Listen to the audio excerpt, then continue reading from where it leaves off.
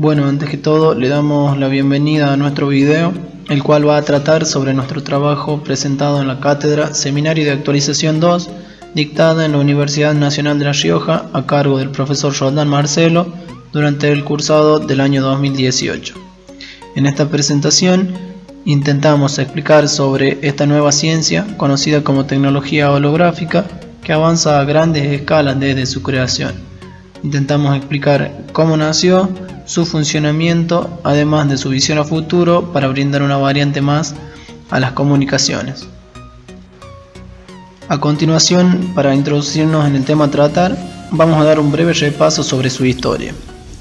La holografía fue inventada en el año 1947 por el físico húngaro Denis Gabor, que recibió por esto el Premio Nobel de Física en el año 1971. Sin embargo, esta tecnología se perfeccionó años más tarde con el desarrollo del láser, ya que los hologramas de Gabor eran muy primitivos a causa de la fuente de luz tan pobres que se utilizaban en esos tiempos.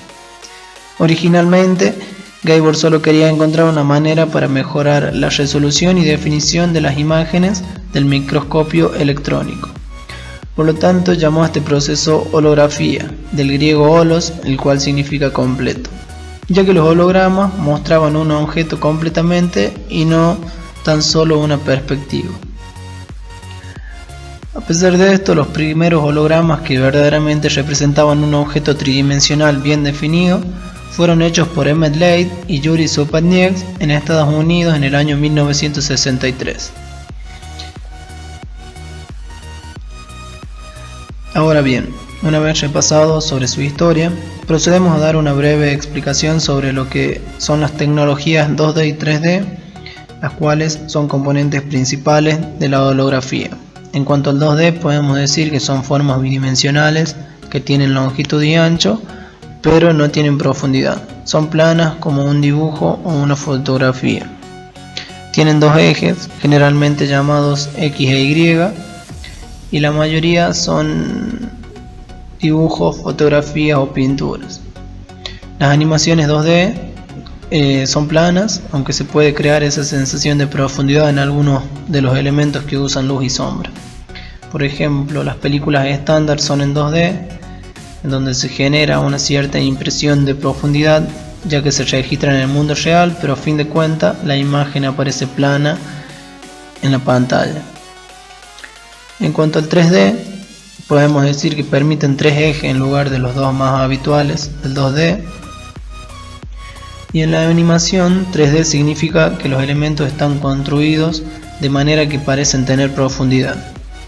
En la tecnología del cine y de la televisión, 3D se refiere a las técnicas que hacen que la imagen parezca tener profundidad. Normalmente, para poder ver estos efectos en 3D, como todos sabemos, se necesitan unas gafas o unos lentes. Una vez explicado lo que es el 2D y el 3D, pasamos a contar lo que sería la holografía en sí, que por cierto, les contamos que la palabra holograma es un neologismo que se compone del griego holos, que indica todo, y grama, que se refiere a mensaje. Según la Real Academia Española, señala que holografía es la técnica fotográfica basada en el empleo de la luz coherente producida por láser. Pero bueno, esta es una definición muy técnica, así que vamos a explicarle de una manera más entendible. El holograma es una superficie en dos dimensiones que tiene la capacidad de mostrar imágenes detalladas de objetos reales en tres dimensiones. Los hologramas tienen la propiedad de contener la imagen del objeto en su totalidad, a pesar de ser dividida en partes más pequeñas. Es una técnica fotográfica que graba la intersección de diferentes ángulos de los reflejos de las luces sobre un objeto para presentar una imagen en tres dimensiones. Bueno, siguiendo con lo que explicó mi compañero, proseguimos con lo que es el funcionamiento de un holograma. Bien, un holograma se dice que es una fotografía hecha con luz láser e impresa en una placa o una película sensible que tiene la peculiaridad de producir los objetos en relieve. La imagen parece suspendida en el espacio y si se mueve el holograma, ves la imagen desde una perspectiva diferente. Igual que ocurre como cuando movemos algún objeto del mundo real. Estos hologramas son tan convincentes que parece que se los puede agarrar con la mano. Bien, por el momento la holografía no sirve para hacer películas normales, sino únicamente breves escenas animadas dispuestas a lo largo de una placa. La imagen se mueve conforme se desplaza el observador. Por lo general, esto se hace proyectando un haz de luz láser a través de una película ya impresionada, porque hace falta cientos de imágenes para registrar un movimiento tan simple como la caída de una manzana. Bien, pero el funcionamiento básico de un holograma está dado por el principio básico que es llamado fenómeno de la interferencia, donde una fuente de luz se divide en dos partes y por su naturaleza ondulatoria forma un patrón de zonas claras y oscuras mostrado a la derecha.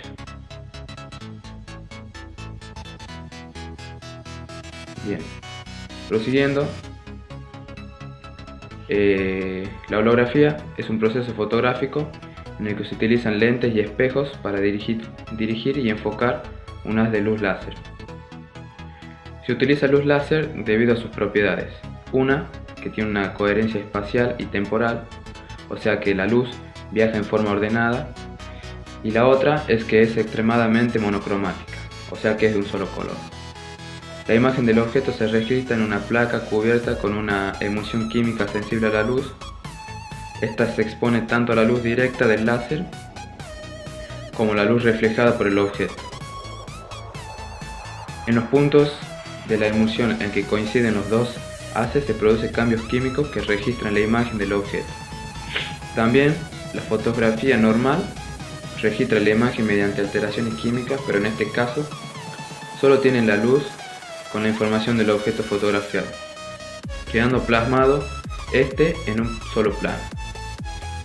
Al revelar la placa holográfica aparece la fotografía en relieve, o lo que llamamos y conocemos como holograma. Esta es una de las técnicas de cómo seguir con los tipos de hologramas. Tenemos que saber qué es un láser y qué relación tiene con los hologramas. Bien, un láser es un dispositivo óptico que genera un haz luminoso de una sola frecuencia, monocromático, coherente y muy intenso, mediante la estimulación eléctrica o térmica de los átomos, moléculas o iones de un material. Bien, estos láseres se relacionan con los hologramas de la forma en que, como ya nombramos anteriormente, que tiene con propiedades tanto lo monocromático como también el espectro espacial y temporal. Sirven y son herramientas fundamentales para realizar y crear cualquier tipo de holograma con el fin de poder hacer más vistosos y reales dichos hologramas. Bien, dicho esto, pasaré a nombrarles y explicarles cada uno de los tipos de hologramas. Primero, como una breve introducción, decimos que la holografía, gracias a la cantidad de aplicaciones que se han encontrado, ha podido progresar de manera impresionante. Los hologramas se pueden ahora hacer de muy diferentes maneras, pero todos con el mismo principio básico. Podemos encontrar diferentes tipos de hologramas como, por ejemplo, los hologramas de Fresnel, que estos son los hologramas más simples, reales e impresionantes, pero solo puede ser observado con la luz de un láser. Tenemos los hologramas de reflexión. Estos fueron inventados por Deniusiuk en la Unión Soviética. Se diferencian de los de Fresnel en que el haz de referencia a la hora de tomar el holograma llega por detrás y no por el frente. Este tipo de hologramas tienen una gran ventaja, ya que puede ser observada con una lámpara de tungsteno común y corriente. En cambio, en la toma del holograma se necesita gran estabilidad y no puede haber demasiadas vibraciones, mucho mayor que con las del holograma de Fresnel. Este tipo de holograma tiene mucho en común con el método de fotografía a color por medio de capas de inferencia, inventado en Francia en 1891 por Gabriel Lippmann y por el cual obtuvo el premio Nobel en 1908. Por otro lado tenemos los hologramas de plano de imagen. Estos hologramas son aquellos en el que el objeto se coloca sobre el plano del holograma. Naturalmente, el objeto no puede colocarse físicamente, ya que esto no puede ser posible. La imagen real del objeto, la cual se encuentra formada por una lente o cualquier otro holograma, es la que se coloca en el plano fotográfico. Al igual que los hologramas de reflexión, se pueden observar con una fuente luminosa ordinaria, aunque sí es necesario un láser para su exposición. Después tenemos el holograma de arco iris. Estos hologramas fueron inventados por Stephen Benton en 1969. Con esto no solamente se reproduce la imagen del objeto deseado, sino que además se reproduce la imagen real de una rendija horizontal sobre los ojos del observador. A través de esta imagen de la rendija, que aparece flotando en el aire, se observa el objeto holografiado. Naturalmente, esta rendija hace que se pierda la tridimensionalidad de la imagen si los ojos se colocan sobre una línea vertical, es decir, que si el observador está acostado. Como segunda condición, el haz de referencia debe estar colocado abajo del objeto. Esto nos permite que la imagen se pueda observar iluminando el holograma con la luz blanca de una lámpara incandescente común. Durante la reconstrucción se forma una multitud de rendijas frente a los ojos del observador, todas ellas horizontales y paralelas entre sí, pero de diferentes colores, cada color a diferente altura. El color de la imagen observada depende de la altura a que el observador coloque los ojos. A esto se debe el nombre del holograma de arco iris. Holograma de color. Este se obtiene mediante la utilización de varios láseres de diferentes colores, tanto durante la exposición como en la observación. Tiene como desventaja que las técnicas usadas para llevar a cabo estos hologramas son complicadas y caras, y además la fidelidad de los colores no es muy alta. Los hologramas prensados. Estos hologramas son generalmente de plano de imagen o de arco iris, a fin de hacerlos observables con luz blanca ordinaria. Sin embargo, el proceso para obtenerlo es diferente. En lugar de registrarlo sobre una placa fotográfica, se usa una capa de una resina fotosensible, llamada fotoresist, depositada sobre una placa de vidrio. Con la exposición a la luz, la placa fotográfica se ennegrece. En cambio, la capa de fotoresist se adelgaza en esos puntos. Este adelgazamiento, sin embargo, es suficiente para difractar la luz y poder reproducir la imagen. El siguiente paso es recubrir el holograma de fotoresist mediante un proceso químico o por evaporización de un metal, generalmente el níquel. A continuación de esto, se separa el holograma para que quede solamente la película metálica con el holograma grabado en ella.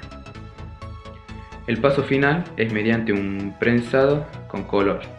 Imprimir este holograma grabado en la superficie del metal sobre una película de plástico transparente. Este plástico es el holograma final. Este proceso tiene la enorme ventaja de ser adecuado para producir de hologramas de muy grandes cantidades, pues una sola película metálica es suficiente para prensar miles de hologramas. Este tipo de holograma es muy caro si se hace en pequeñas cantidades, pero es sumamente barato en grandes producciones. Por último tenemos los hologramas de computadora. Las franjas de interferencia que se obtienen con cualquier objeto imaginario real se pueden calcular mediante una computadora. Luego se pueden mostrar en una pantalla y fotografiar dichas franjas, lo que sería un holograma sintético. Estos hologramas tienen la gran desventaja de que no es fácil representar objetos muy complicados con detalles. Y la ventaja de estos hologramas es que se puede representar cualquier objeto imaginario, el que ustedes quieran. Esta técnica se usa mucho para generar frentes de onda de una forma cualquiera, con alta precisión. Esto es muy útil en interferometría. Bueno, como bien explicaba mi compañero, podemos ver que esta tecnología tiene mucho camino por recorrer, como por ejemplo su visión a futuro, la cual es enviar imágenes holográficas a nuestros hogares y observarlas como si la acción estuviera enfrente nuestro. Otro punto que nos pareció muy interesante en esta tecnología es la resurrección virtual. Frank Sinatra, Michael Jackson, Whitney Houston son algunos de los artistas que consiguieron volver a la vida gracias a la holografía. Nadie podía imaginar a estos grandes artistas de nuevo sobre un escenario. Por lo tanto, podemos ver con este acontecimiento el poder de la tecnología holográfica. Pero el uso de los hologramas no se limita tan solo al campo musical. Hace unos meses antes de su muerte, una imagen proyectada de Stephen Hawking dio una charla ante miles de personas en la ciudad de Hong Kong, cuando en realidad el científico británico se encontraba en su despacho de Cambridge. Los hologramas son sin duda un recurso de gran interés para la tecnología del futuro. La evolución de los componentes y herramientas principales favorece su inclusión en el ámbito más casero. De hecho, las llamadas holográficas a tiempo real con conexión 5G son solo cuestión de tiempo. Las primeras pruebas al respecto ya se encuentran en marcha con increíbles resultados. Pero la cosa no termina aquí. Un grupo de investigadores japoneses creó en 2015 el primer holograma en 3D áptico, capaz de reaccionar al contacto humano. Este descubrimiento permite una interacción casi completa sin ningún tipo de riesgo para el hombre, algo que en el pasado podía resultar incluso mortal. Y el secreto de esta nueva técnica se encuentra detrás del incremento de la frecuencia del disparo láser. Quienes descubren esta tecnología son un grupo de investigadores de la Universidad de Tsukuba, en Japón, produciendo una interacción nunca antes vista en este campo, particularmente porque antes tocar un holograma podía ser casi mortal. Los hologramas actuales, generados por tecnología láser, consiguen su efecto óptico al ionizar partículas de aire, que dan origen al plasma sobre el que se proyectan los píxeles que constituyen la imagen. Estos puntos de luz, denominados como voxeles, son relativamente peligrosos, ya que pueden provocar quemaduras graves en la piel y dañar a la vista si se entra en contacto directo con ella. El secreto para el funcionamiento de estos hologramas sin que sean peligrosos para los humanos reside en el incremento de la frecuencia del disparo láser, que aumenta de nanosegundos a femtosegundos, permitiendo así que la intensidad a dicha velocidad se encuentre muy por debajo de todo rango que represente un riesgo para el humano. Y para finalizar nuestra presentación, les dejamos unos videos donde mostramos el resultado obtenido en la búsqueda de implementar la holografía. Eso es todo, muchas gracias por ver el video y espero que les haya gustado.